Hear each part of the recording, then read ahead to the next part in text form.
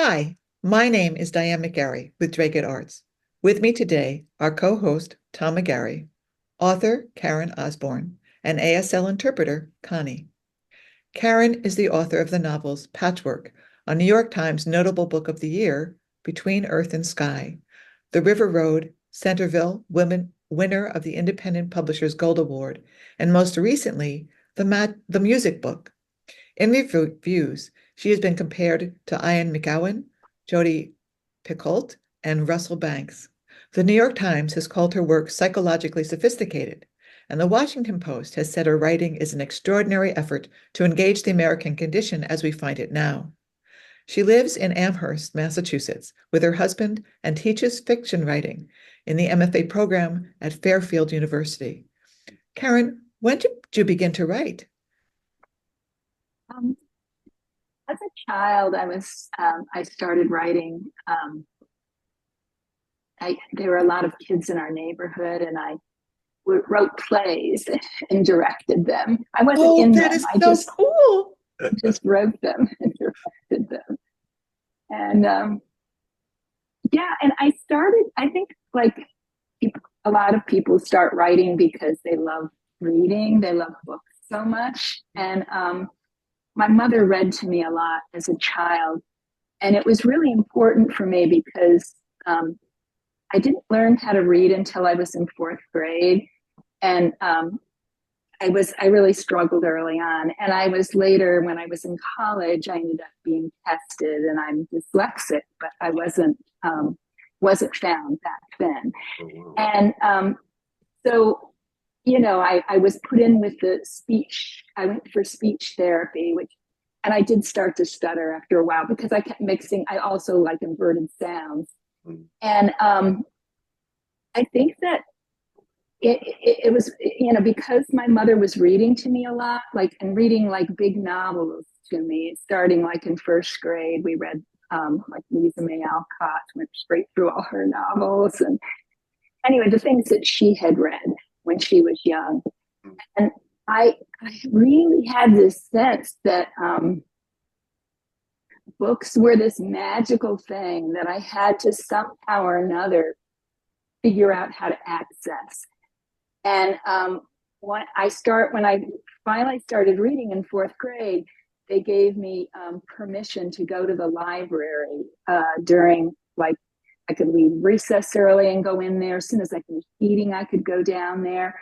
And I remember sitting on the floor in front of some of the different cases, and I would start at the beginning and just read everything through. So I was reading voraciously as soon as I could.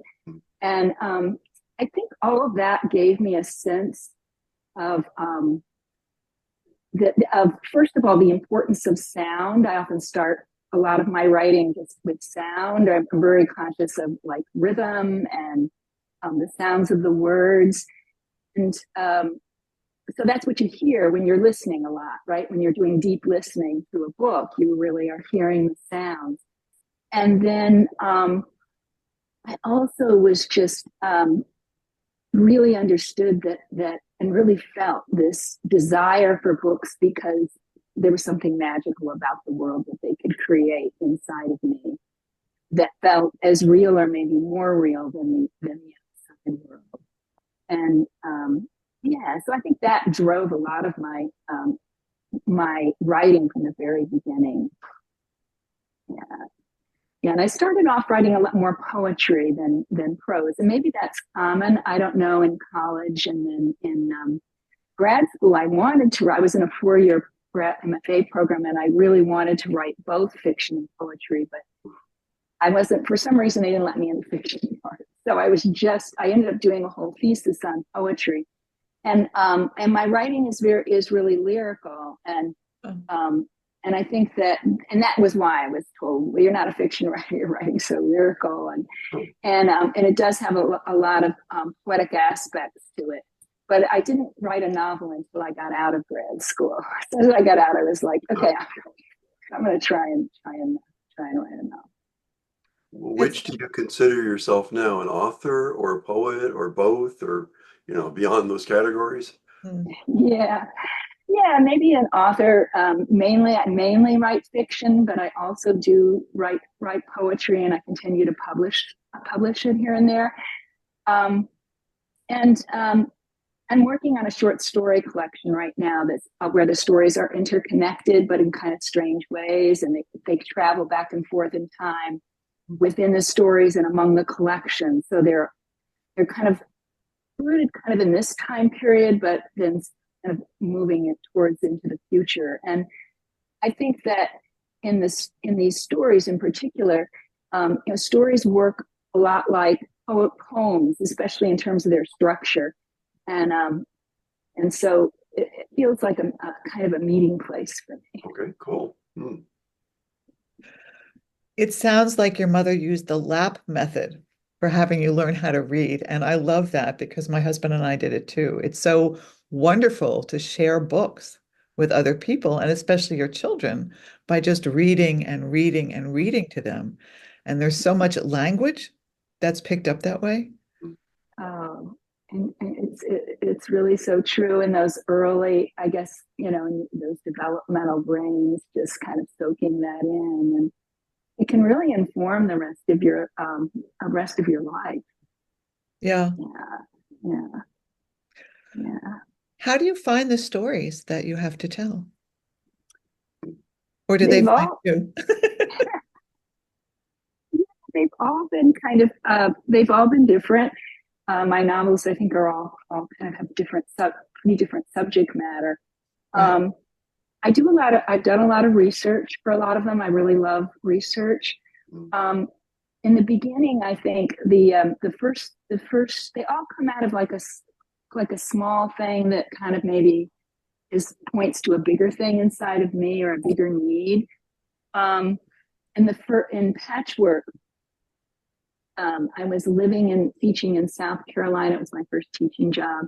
And it was in the Piedmont area, which is where there were a lot of cotton mills. And so, my husband was in grad school. We were renting these little places around the university in these small mill towns. And one of the places we lived in, just for like 6 months maybe, it was actually a trailer on the property of this older woman who had worked in the mills. She was such an interesting person and so open and such and so generous. Yeah, she's always had a big garden. She was always trying to make food for us, and I was pregnant, so she was trying to make sure I was, everything was going well. And so anyway, I just got interested in her life, and she started telling me all about working in the mills. And the one image that stayed with me was that when she was had her child, her first child, she had to go right back to work. And so her mother was taking care of the baby during the day, and she would walk down with the baby to the mill during this woman's break. And the woman would come out and she would sit against the wall, the outside wall of the mill, which you can imagine, like, it's all vibrating. Like you could even, there was so much activity in their mill and looms and the mills and the spinning and all of that's very loud. And she would, as she said, she would give the baby the titty. And so that image just stayed with me. And I think the novel came out of that. And I ended up going around and we moved into a small rental house in another mill town around the time our baby was born. And again, I was surrounded by older mill workers, retired mill workers. So I got to know a lot of them, and they were really excited that I was writing about that period of time starting in the 30s. And what it was like to work in these mills. The story is three sisters who are all three working in the mills at the beginning, and then follows their lives from three different points of view. I just really, it was great hearing all of the different stories, maybe kind of like listening to my mother read, and then beginning to see a bigger story that happens inside of these mills, kind of a generational story. So a lot of them have come out of research, and then some of them out of, again, something that stayed with me, sometimes from my own experience. Before I wrote The River Road, I had a couple of close of people that I knew fairly well who went through, who went through a difficult thing with a child, and I watched firsthand, kind of witnessed the dissolution of a family around it, which was so sad. And I would myself had very young children at that time, and my youngest child had was born with a serious medical condition, and we didn't know for probably 5 or 6 years whether or not she would live past early childhood. And so I think, looking back, that was part of where the story came from for me, because I felt a real compelling need to get inside of that sort of disillusion, a kind of dissolving of the family, and understand it, so that wouldn't happen to my family, that I'd maybe be able to preserve some of that, and also to kind of confront the fact that I might be losing this child. There's also in Between Earth and Sky, there's a scene where that's a story about a woman who makes the journey in the late 1800s to the West in a covered wagon. And I had read a lot of journals and letters that were written, I had access to them when I was teaching at a university, to them in the library, in the special collections library. And one thing that I learned was that women who traveled there always, they walked. The majority women didn't ride in the wagons. So women pretty much walked all the way across country. Many of them were pregnant and holding a baby. And the majority of them lost at least one child in that crossing. Usually it was the younger ones. So anyway, I do have a scene in there where a child is lost. And I think it was just really important for me to write that, and to kind of then confront it also in The River Road, the reality of something like that happening. My child ended up thankfully living, and she's great, doing great now. But it was such a strong possibility, and we were in and out of the hospital so much that I saw a lot of children who were dying. And so I had to somehow or another reckon with that emotionally. Oh. That would really deeply affect you to have that experience. And actually, I want to add that we're going to have a neighborhood talk with a doctor about stillbirths and child death. So if anyone's interested in that, they can certainly turn into it. It will be up in January. Yeah, great. It's a very disturbing proposition, especially there appears not to be a lot of support for people who are grieving something like that. It must have been difficult for you to go through. I can't imagine. Yeah. I mean, I think that a key is for me was, maybe again going back to the fact of family, was to kind of bond with the father of the child and the sister of the child, and have it be a whole family experience of love around them, and not, because your tendency might be to become, it's kind of a risk to feel love for something you might lose, precious child you might lose. No, yeah. I had a miscarriage, and it was very difficult after that to completely open myself up to the next child. And it wasn't even something that, it was clearly not something that was conscious, but it was something I became aware of over time. Yeah. It's And just, I think the fact that I'm older now too, like looking back, I've seen where I might not have been able to verbalize all of that when I was younger, right around the time I was going through it and writing it. But but now, yeah, now I can see it, and increasingly, I think in terms of my material, my subject material, I've been going kind of more deeper into things that are important to me as I've gotten older, and there's always been a kind of a spiritual aspect, I think, underneath a lot of my stories. mhm. And like even in Patchwork, the first one, the main character, Rose, who's kind of the sister who sort of survives everything in a way, and she has this very deep faith, as a lot of people did in that time period, and and so the spirituality is something that I'm even in the short stories I'm writing now. I'm even trying to more consciously bring out some, that those kind of deeper experiences that we have that are so mysterious, you can't really even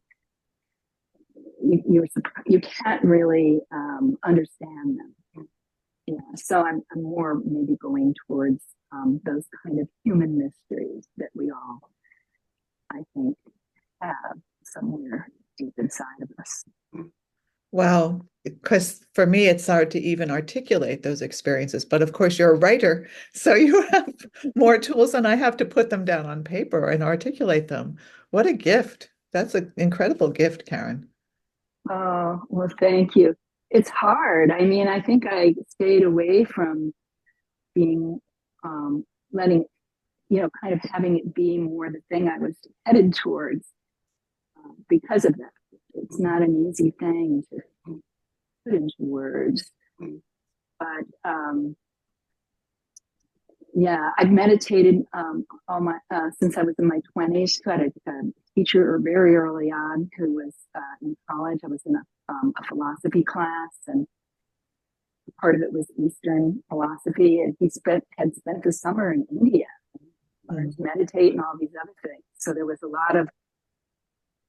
So anyway, I was lucky. I got an exposure to that when I think very many people would have, and yeah, so I just continued to do it all my life. I was hooked from the beginning. Well, and that's a lot of different cultures that you've experienced too. Different parts of this country and India. I mean, that's a lot of. Have you been other places? Yeah, I lived in the South for a while. I went to college and graduate school in the South. And so a lot of exposure to different kinds of writing, I guess, too. I started off reading, I was reading Eudora Welty and Flannery O'Connor and Zora Hurston and Faulkner. And then, but I grew up on an island between the United States and Canada and the Niagara River. And so, I lived in the Northeast for quite a bit of my life too. So yeah, I've been exposed to a lot of different places and landscapes and people. I think that place is really important in all of my novels, and I do tend to be drawn towards water. And having grown up on the river, and this huge river, which you couldn't always see across all the way, and it was just north of the Niagara Falls, so it was very strong currents, and it was a dangerous river, in other words. But it was exciting. I bet. I bet. Yeah, there's a lot of power to that water. Yeah, yeah. And there's a lot of power to your writing. Oh, thank you. Yeah, yeah, That's neat. yeah, yeah. So there's not one thing that feeds your creativity. is there? It seems like there's a lot of material that comes in, and then you do research on it to get more depth to what you're writing about and what you think about it.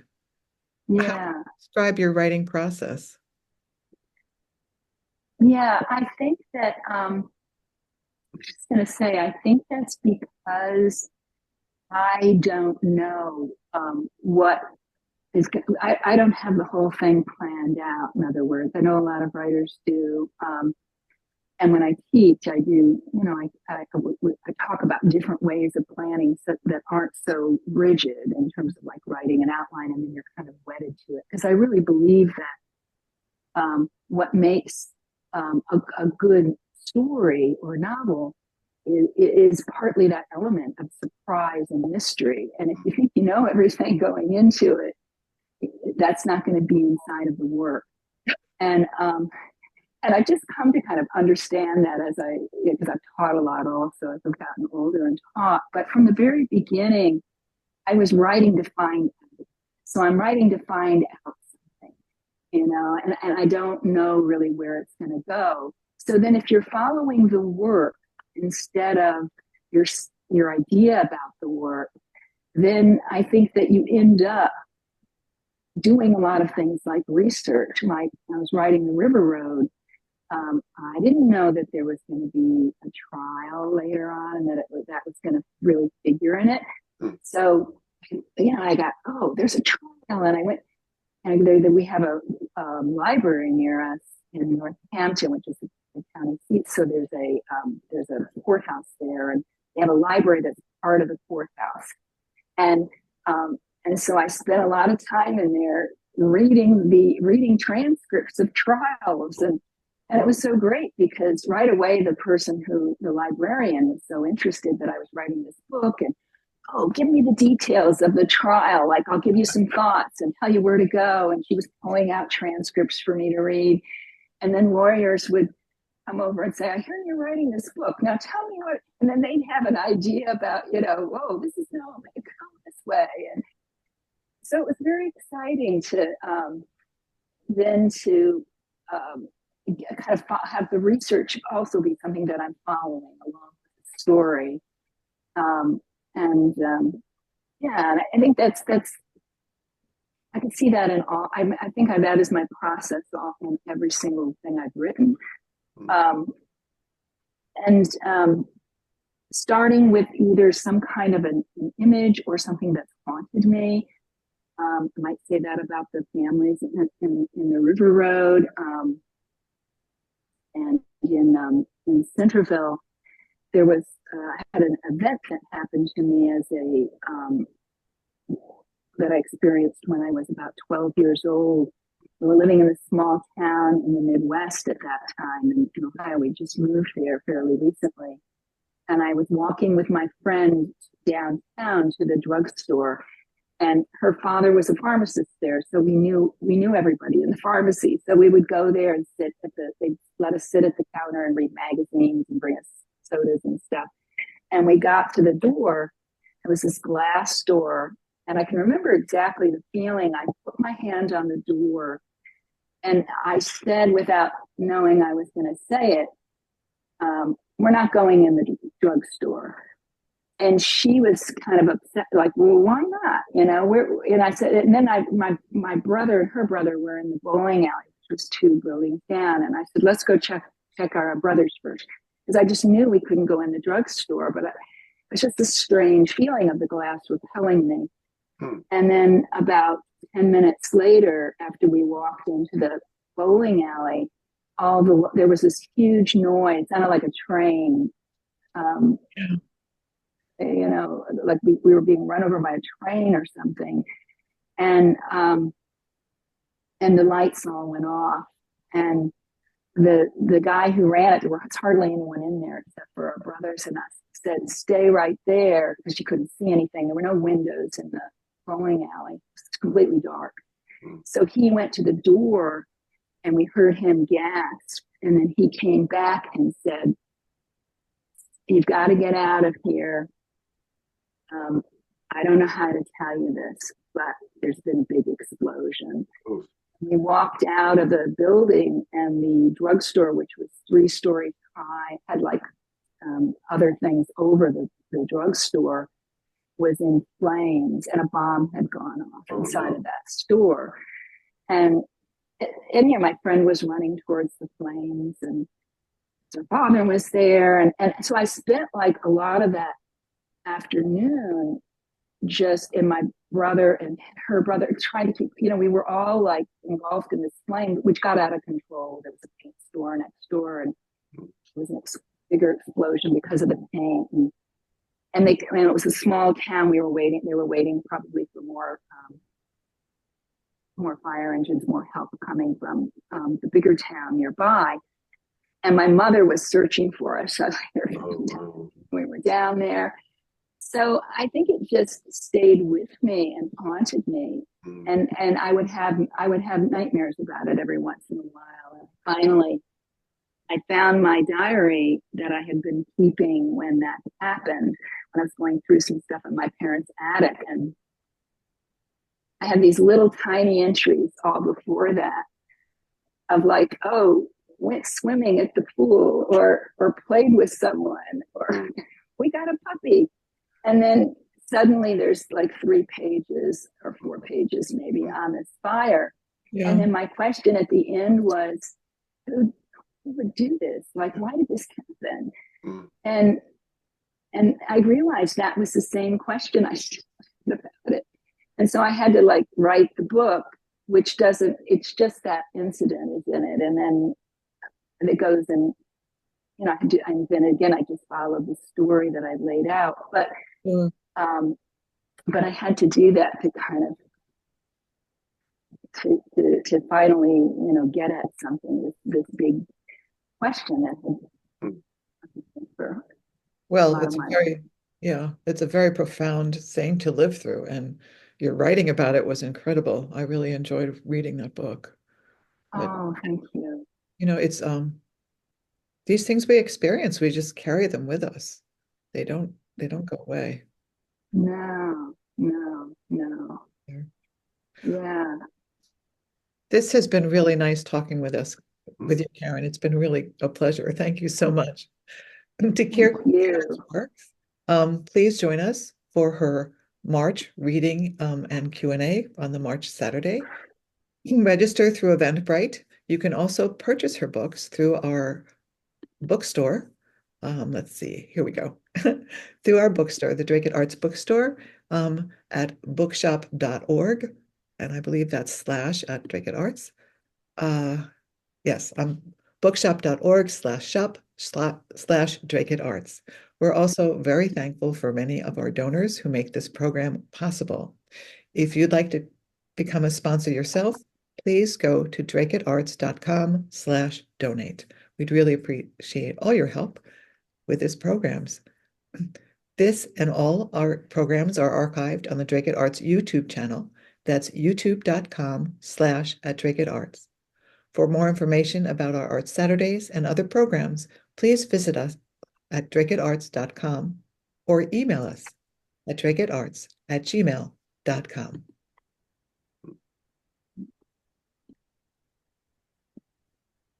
Thank you. Thank you. Oh, goodness. There we go. I'm sorry. Okay, so now we are going to unpin Tom and I. Wait, you're still recording. Oops.